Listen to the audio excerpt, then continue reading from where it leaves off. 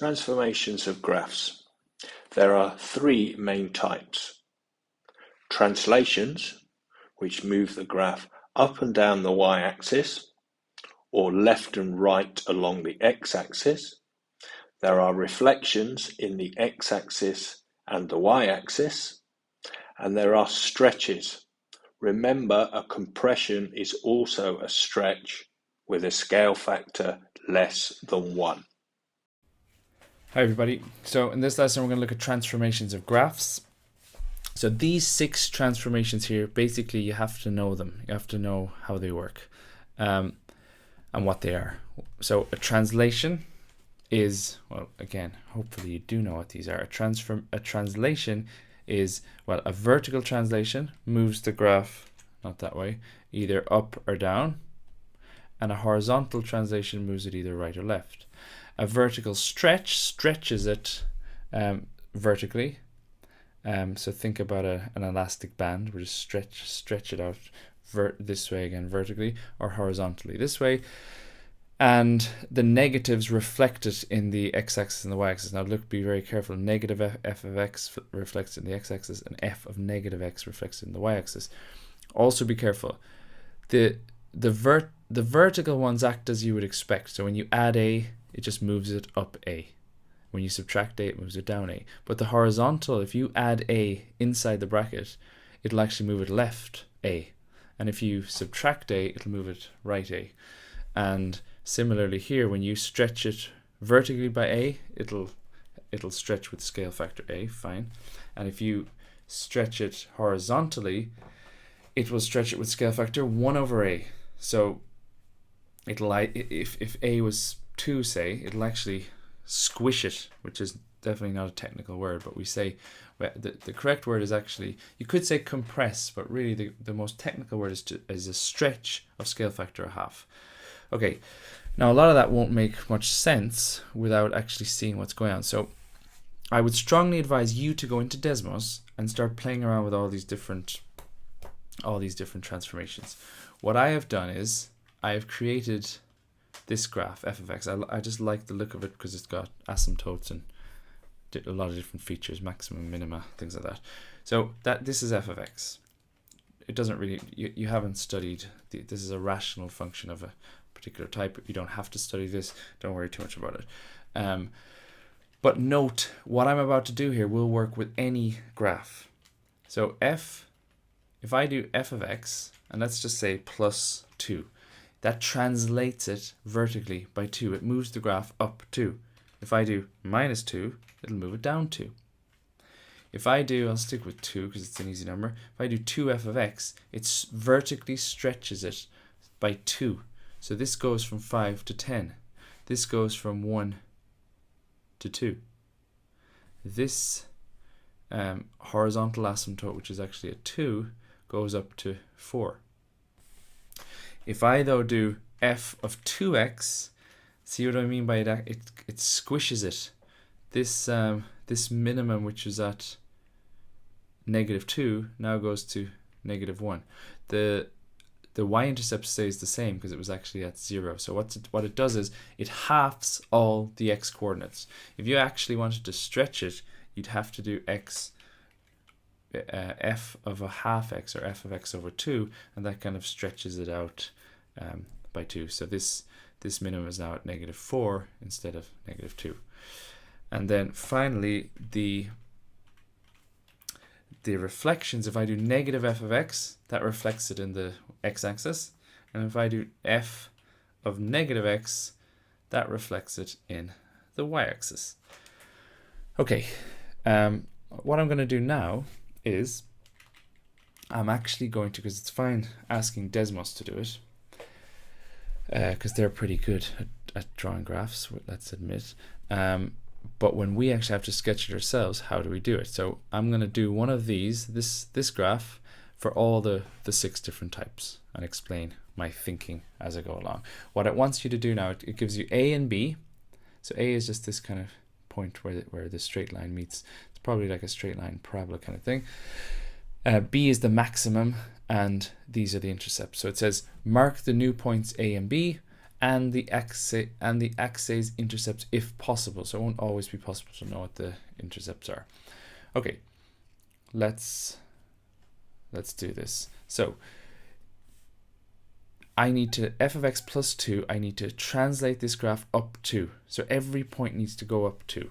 The minus 1, 1 goes to minus 1, 3. Minus 1, 1, minus 1, 3. So a is now negative 1, 3. The 2 goes up to 4. So the negative 2 goes up, or the 0, 2 goes up to 4. So that's 4. The b goes up to 5. So it's 2, 5. B is at 2, 5, and that's the maximum. Now this 4, 0 goes to 4, 2, but that's not actually a point that I care about. But I actually don't know what the new x-intercept is going to be, because it's basically going to be whatever is down here. So I don't know it, and that's why it actually says here if possible. So it's not possible in this case. So let's try and draw the graph. I need the straight line over to that, and then it goes up to here and then down, right? Forgive my not perfect graphs as I do these. I'm gonna have to try and do that one again. Okay, something like that. Fine. F of x plus 2. So if it was f of x minus 2, I just move all the points down to f of x plus 2 in a bracket. Now this is a horizontal translation to the left. I'm going to move it left 2. Okay, so this moves it up 2, but this one moves it left 2. It's a bit, well, it is annoying, but it's different to what you'd expect. So the negative 1, a negative 1, 1 becomes negative 3, 1, because I'm going left. So a is now negative 3, 1. This 2 is actually moved to the left, so I don't actually care about this point because it's no longer an intercept. The 2, 3 is actually going to become 0, 3, because look, that's moving left 2, so that'll become my new y-intercept. So this is now 2, sorry, this is now 0, 3. So b is now 0, 3. And my x-intercept, I am going to know this because it's 4, goes left 2, so this becomes 2. Let's try and draw the graph. I'm going to go straight line, and then I go up, and then down. Okay, good enough. That's 2, remember. Okay, next one. 2f of x. So now I'm going to stretch it. I'm going to stretch it vertically. So I'm going to multiply the y coordinates by 2. So this guy goes from negative 1, 1 to negative 1, 2. So a is negative 1, 2. This 2 goes from 0, 2 to 0, 4. So this is now at 4. This 2, 3 goes to 2, 6. This is b, 2, 6, because I multiply 3 by 2. And this is, remember, this is 4, 0, if you like. So if I multiply 0 by 2, what do I get? Well, I still get 0. So the x-intercept isn't going to change when I stretch it vertically. So this is going to stay at 4, like this. Okay, let's try and draw the graph. I'm going to go across, straight, and then up. Let's stop there, and then no. This is really difficult for me to do. There, something like that. Fine. Now it does, yeah, it's stretched. You can see the whole. It doesn't look like this. So these three should pretty much look the same. Now they don't, but that's only because of me. In the way they look. This guy doesn't look the same because it's been stretched. So a stretch won't look the same, where a translation will look the same. Okay, next one. F of 2x. So this is what I mean. We are gonna horizontally stretch it. Scale factor 1/2. So I'm actually going to write here just to remind us. Scale factor is 1/2. So we're going to half all the x coordinates, right? Now, this guy is at negative 1, 1. So the new coordinate for a is actually going to be negative a half 1. So I have half that. The 2 is actually going to stay the same.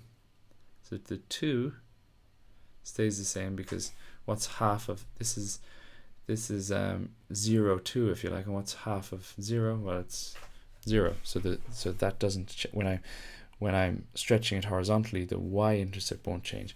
This 2, 3 will become 1, 3 because I half 2. So this is going to be 1, 3. Now again, this is certainly not perfectly to scale, but what's important is that I put in, and that's why this question says label the new points, because he wants to make sure you know how to stretch it. So A is halved, this is halved, which is still 0, this is halved to 1, and now my 4 has to be halved to 2. So this is going to become 2. Okay, let's try and draw that. So I do my straight line here, and there we go. So as I said, the not technical word here is well, the really not technical word is squished. It's been squished horizontally, pushed in towards the y-axis. The more technical word is compressed, and the really technical way of saying it is it has been stretched by scale factor 1/2. Okay, this is now, okay, let's see. This is now going to be the reflection. So negative f of x is a reflection in the x-axis. So what we're going to do is well, look, all the y coordinates become negative. So negative 1, 1 becomes negative 1, negative 1. So this goes down here. This is my A. It is A, negative 1, negative 1. And then my 0, 2 becomes 0, negative 2. So this is going to be at negative 2. And my 2, 3 becomes 2, negative 3. This is B, 2, negative 3. And my 4, 0 will stay at 4, 0 because it becomes negative 0 if you want to think of it like that. But that's obviously still going to be 4. So you'll see now, I reflect, and I like to always do the points first and then draw the graph. So it's going to come down like this, turn there, and then up like that. That's not a bad effort. So you can see that is clearly, this has been reflected in the x-axis. Okay, last one. I now need to reflect in the y-axis. So negative 1, 1 has to turn into 1, 1. So I'm going to multiply now the x coordinates by negative 1. So I'm going to swap the x coordinates. So negative 1, 1 becomes 1, 1. So A is now 1, 1. The 2 is going to stay the same because it is 0, 2. So multiply 0 by 2 and you get, multiply 0 by negative 1 and you still get 0. The 2, 3 is going to become negative 2, 3. So this is going to be at negative 2, 3, something like this. B is negative 2, 3. And the 4, 0 is going to become negative 4, 0. So this will be at negative 4. So my straight line is going to come from this side. We're going to go up like this, max out there, and then down like that. And clearly, look, if you reflect that in the y-axis, you would get this. Okay, that's the lesson. Hopefully it's clear. I'm aware that I went through that quite quickly. As always, you have the opportunity to pause the video or rewatch particular parts that you want to see. But the main thing you absolutely have to be able to do or recognize are these 6 transformations. In the next lesson, I'm going to go over composite transformations, which is where we do more than one transformation in one go, which you're going to love.